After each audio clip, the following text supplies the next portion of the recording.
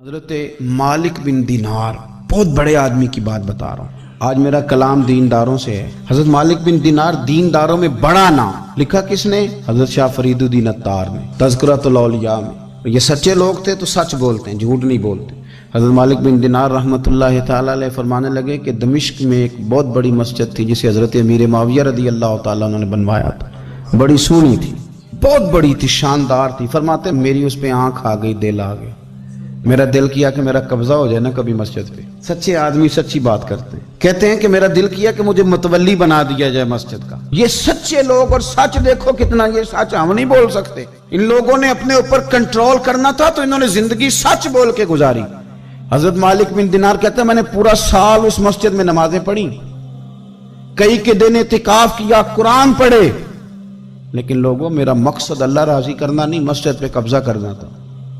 مطلب سال بیت گیا، عشاء کے بعد لوگ چلے گئے اور میں قرآن شریف پڑھ رہا تھا تو مجھے آواز آئی عاطف غیب سے، کب تک تو لوگوں کو دکھانے کے لیے نمازیں پڑھے گا، بس کر، سال پورا ہو گیا. فرماتے میری چیخ ہی نکل گئی اور میں کھول کے رویا اور میں تڑپا کہ یار یہ کیا معاملہ ہوا. صرف ایک سربراہی لینے کے لیے میں نے پورا سال نمازیں اپنی ضائع کر دی. آپ فرماتے ہیں کہ پھر میں نے توبہ کی اور ارادہ کیا کہ آج کے بعد فرض مسجد میں پڑھوں گا، پھر لوٹ جاؤں گا. میں باقی نماز اپنے گھر میں پڑھوں گا، مجھے صدارت وزارت نہیں چاہیے، مالک کی رضا چاہیے. آپ فرماتے ہیں کہ میں فجر کے فرض پڑھ کے فوراً اٹھا تو سارے نمازی میرے گرد اکٹھے ہو گئے. انہوں نے کہا حضرت جی آپ نیک آدمی ہیں، سال ہو گیا دیکھ رہے ہیں مسجد میں ٹائم زیادہ دیتے ہیں، لہذا چابیاں بھی آپ ہی رکھ لیں، یہ آپ ہی رکھ لیں، ہمارا دل ہے کہ مسجد آپ ہی سنبھالیں. تو آپ فرماتے ہیں کہ پھر میرے آنسو بہہ گئے، میں زور سے رویا. تو مجھے کہنے لگے ہم مسجد دے رہے ہیں آپ رو رہے ہیں.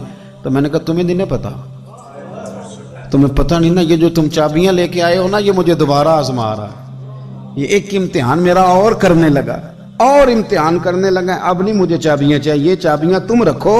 ہاں اگر جھاڑو کوئی نہ دے تو میرے ذمہ لگانا، میں راضی ہو کے دیا کروں. اٹھ فریدا ستے آتے جھاڑو دے مسیت، اور تو ستا ہے تے رب جاگدا تیری ڈاڈے نال پریت. ضرورت پڑی تو مجھے کہنا، میں جھاڑو دے دوں گا، صفائی کر دوں گا، پر مجھے سربراہی نہ مجھے سربراہی نہیں چاہیے. میں دین مصطفیٰ کے کسی شعبے کی سربراہی نہیں چاہتا، میں تو مدینے والے کی غلامی چاہتا ہوں. مجھے سربراہی نہیں چاہیے، مجھے تو گدائی چاہیے، گدائی. وہ گدا گھروں میں رکھ لے تو بڑی بات. بھائی دینی اور مذہبی اور نیک کہلانے والے اور اللہ کی طرف سفر کرنے والے اور سالکین طریقت، ان کو زیادہ ضروری ہے کہ یہ اپنے اوپر نگرانی کریں. نگرانی نبی کریم صلی اللہ علیہ وسلم فرماتے ہیں کہ ایک صحابی حضور کی بارگاہ میں آیا، عرض کی یا رسول اللہ صلی اللہ علیہ وسلم پریشان رہتا ہوں اپنی آخرت کے لیے. اور یہ بھی بڑا اللہ کا فضل ہے کہ کوئی آخرت کے لیے پریشان ہو. حضور میں اپنی آخرت کے لیے بڑی پریشانی میں رہتا ہوں، کوئی ایسی بات بتا دیں کہ رب مجھے نجات عطا کر دے. تو نبی پاک صلی اللہ تعالی علیہ وسلم نے ایک ہی بات ارشاد فرمائی، فرمایا تم اپنے رب کے ساتھ بددیانتی نہ کرنا، اللہ تجھے نجات عطا کر دے گا. عرض کی یا رسول اللہ صلی اللہ علیہ وسلم اللہ کے ساتھ بددیانتی اور خیانت کیا ہے؟ لوگوں کے ساتھ تو معاملہ سمجھ میں آتا ہے کہ کسی نے کوئی رقم رکھوائی، کوئی ڈیوٹی دی، کوئی ذمہ لگایا، پورا نہ کیا تو بددیانتی ہو. اللہ کے ساتھ بددیانتی کا معنی کیا ہے؟ تو نبی پاک صلی اللہ علیہ وسلم فرمانے لگے وہ کام جو تمہیں خالص اپنے رب کی رضا کے لیے کرنے چاہیے تھے، ان کاموں میں اگر تم نے نیت کر لی نا کہ لوگ بھی دیکھ لے، غیر کا بھی تم نے ارادہ کر لیا، حکم دیا تھا اللہ رسول نے، کرنے تھے اللہ رسول کے لیے، اور جب تم نے ارادہ کر لیا نا کہ ذرا لوگوں کو بھی پتہ چل جائے میں نمازی ہوں، تہجد گزار ہوں، قاری قرآن ہوں، عامل بالسنہ ہوں، شریعت اسلامیہ کا پابند ہوں، جب تم نے یہ والا ذہن بنا لیا نا تو پھر تم نے اپنے رب کے ساتھ بددیانتی کی، تم نے خیانت کی، پھر تم نے ٹھیک نہیں کیا. جب تم نے یہ ذہن بنا لیا کہ لوگوں کو پتہ چل جائے. حضرت شاہ منصور رحمۃ اللہ علیہ فرماتے ہیں کہ میرا ایک شخص سے بڑا قریبی تعلق تھا اور میں اسے بڑا نیک سمجھتا تھا اور اچھے الفاظ میں اس کا لوگوں کے ہاں ذکر تھا، لوگ اسے نیک ہی سمجھتے تھے. لیکن مجھے کسی نے بتایا کہ وہ بہت ہی زیادہ بیمار ہے. میں تیمارداری کرنے گیا، میں نے اسے جا کے دیکھا تو بڑی اذیت میں تھا. میں نے کہا کیا ہوا؟ کہنے لگا حضور اپنے گناہوں کی پاداش میں ہوں. میں نے کہا تو بڑا نیک تھا. کہنے لگا حضرت جی میرا منصب نیکی کا تھا، میں نے تہجد پڑھی تاکہ لوگوں کو پتہ چل جائے میں نیک، میں نے تسبیح پھیری تاکہ پیری مریدی میں اضافہ ہو. میں نے سنت شریعت کا لبادہ اوڑھا تاکہ میرے عقیدت مند بڑھ جائیں۔ وہ کام جو اللہ رسول کے لیے کرنے تھے انہی کاموں پر میں نے یہ نظام بنایا کہ جس سے خرابی واقع ہونے لگی۔ حضور پھر میں بیمار ہوا، اتنا بیمار ہوا کہ اٹھا نہیں جاتا تھا۔ ایک دن پھر میں نے قرآن شریف منگایا اور منگا کر کے اپنے صحن میں بیٹھ کر قرآن بلند کر کے کہا اللہ مجھے اس کے صدقے شفا دے دے۔ آج کے بعد ایسا کام نہیں کروں گا۔ رب نے تو شفا دے دی پر میں نہیں باز آیا۔ میں گویا بیچتا رہا تہجد کو، میں سیل کرتا رہا اپنے وظیفوں کو، میں نے وہ جملے، وہ الفاظ، وہ تلاوتیں، وہ نعتیں، وہ میں کرتا رہا، سیل کرتا رہا۔ پھر بیمار ہو گیا، پھر دعا مانگی، قرآن شریف شروع کیا، پڑھا، سورہ یاسین تک پہنچا، پھر بلند کیا، اللہ اس کے صدقے شفا دے دے، وہ بڑا ہی مہربان ہے، اس نے پھر معاف کر دیا۔ لیکن حضور اس کی بار یہ ہوا ہے کہ میں نے کئی دفعے معافی مانگی، کئی دفعے توڑی، اب میں نے پھر وہی کام کیے لوگوں کو دکھانے کے لیے، لوگوں کو راضی کرنے کے لیے۔ ہمارے پلے کچھ بھی نہیں بچتا، جو کچھ ہے وہ دوسروں کو دے ڈالا۔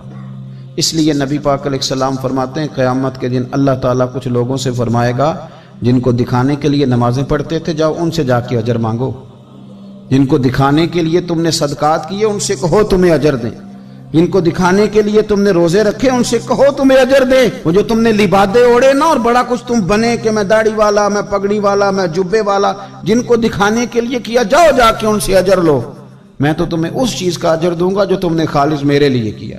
تو وہ شخص کہنے لگا حضور اب میری یہ کیفیت ہے کہ اس دفعہ میں قرآن منگاتا ہوں، پڑھنے کی کوشش کرتا ہوں پر میری زبان پہ جاری نہیں ہوتا، آپ میرے لیے دعا فرما دیں۔ کہتے ہیں میں بھی رویا، وہ بھی رویا، ابھی میں اس بستی سے باہر نہیں نکلا تھا کہ اس شخص کا انتقال ہو گیا، وہ چلا گیا۔ آج تک پریشان ہوں کہ مالک بندہ نوازی فرما، تھوڑا سا اپنے لیے بھی ہمیں کچھ کرنا ہے، ہمیں غور کرنا ہے کہ یہ کام کرتے وقت میرا ارادہ کیا ہے، اس کام سے میرا مقصود کیا ہے، اور جس ارادے سے میں کر رہا ہوں پھر اس کا نتیجہ کیا ہے۔